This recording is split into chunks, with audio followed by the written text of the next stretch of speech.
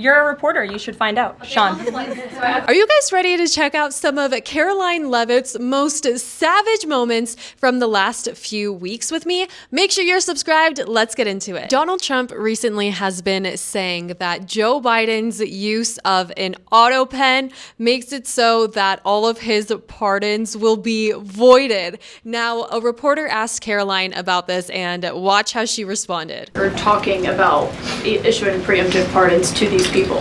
But was he aware of his signature being used on every single pardon? That's a question you should ask the Biden White House. Is there any evidence on that he wasn't aware of it? You're a reporter. You should find out. Sean. So I have a question. It almost sounded like she almost told her to F around and find out. That was the best response that you could have had. It's almost like Joe Biden was just that really, really old grandpa whose family was abusing him and taking advantage of him and getting him to sign the things that would benefit them. Check out this post from Mike Johnson, who was sharing that Joe Biden had no idea what he was signing. You understand you're fueling Vladimir Putin's war machine because they got to get their gas from him, you know.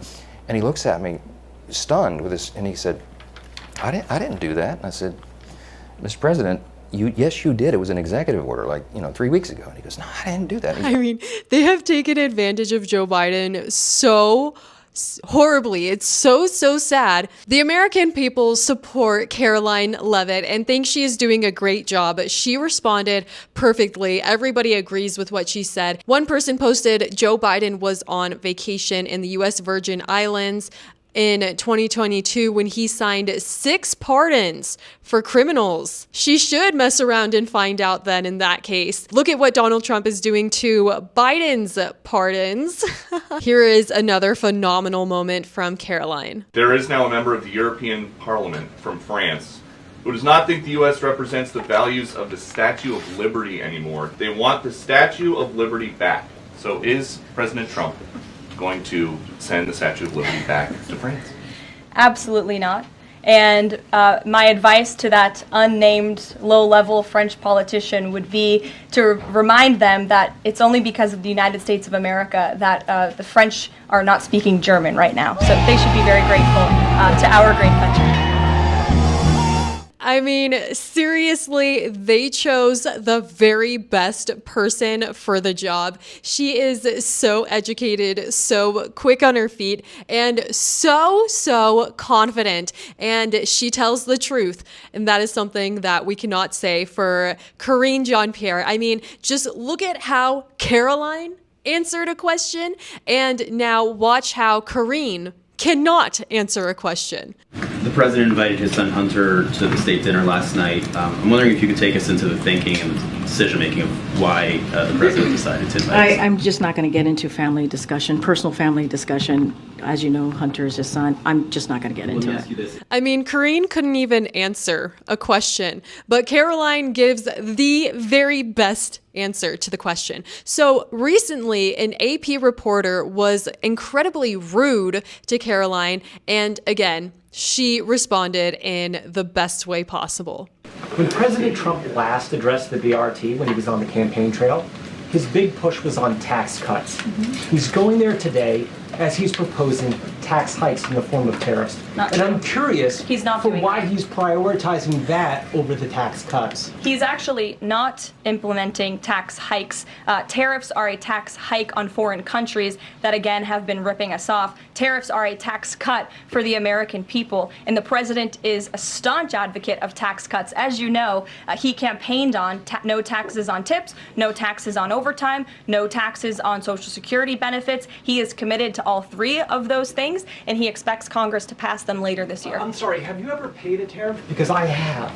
That's They it. don't get charged on foreign companies, they get charged on the importers. And ultimately, when we have fair and balanced trade, which the American people have not seen in decades, as I said at the beginning, revenues will stay here, wages will go up, and our country will be made wealthy again. And I think it's insulting that you are trying to test my knowledge of economics and the decisions that this president has made. I'm now regret giving a question to the Associated Press. Mary, go. I'm pretty sure that the Associated Press was as receiving money from our government. But anyways, I'm actually happy that they had this conversation because a lot of Americans do believe that tariffs are going to make everything more expensive and it is going to lead us into a recession. It's going to be very bad for our economy. But I do agree with Caroline that wages are going to be higher. And honestly, if we need to buy more American products, I don't see anything wrong with that because we're going to be helping each other and that is going to help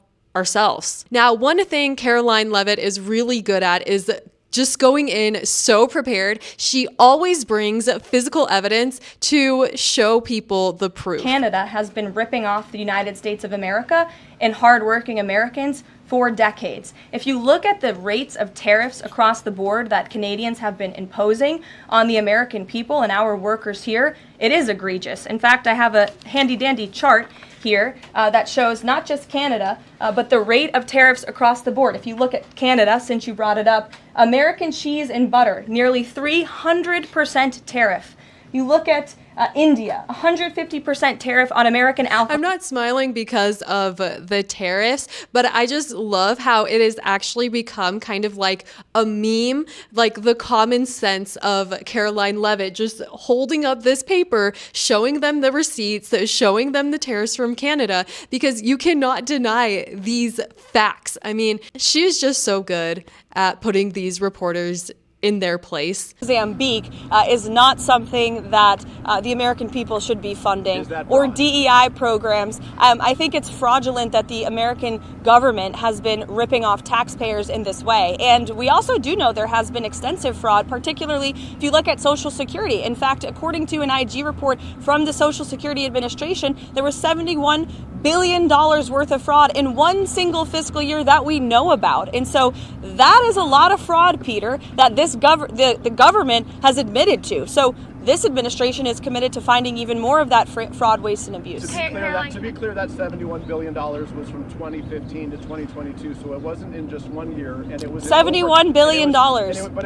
it wasn't in 1 year, just to be clear. In one report. And it was in one report over multiple years, from 2015 to 2022. So are you defending $71 billion in fraud, Peter? That's a lot of money, far too much, and that's why this administration. Why is the media so against cutting waste, fraud, and abuse from the government? I don't get it. I just want to ask a question. We won't be deterred. We will not be deterred from people like you and the press who are clearly adamantly opposed to cutting waste, fraud, and abuse. But we know that American taxpayers at home who have been struggling with an inflationary crisis don't want their tax dollars going towards crazy DEI programs in countries overseas. The reason why so many people love Karoline Leavitt is not only because she's great at her job, she's beautiful, she's articulate, she has the facts ready, she tells the truth, but also she seems very relatable, she seems trustworthy, and it feels like she is speaking on our behalf. She understands our problems, our frustrations, and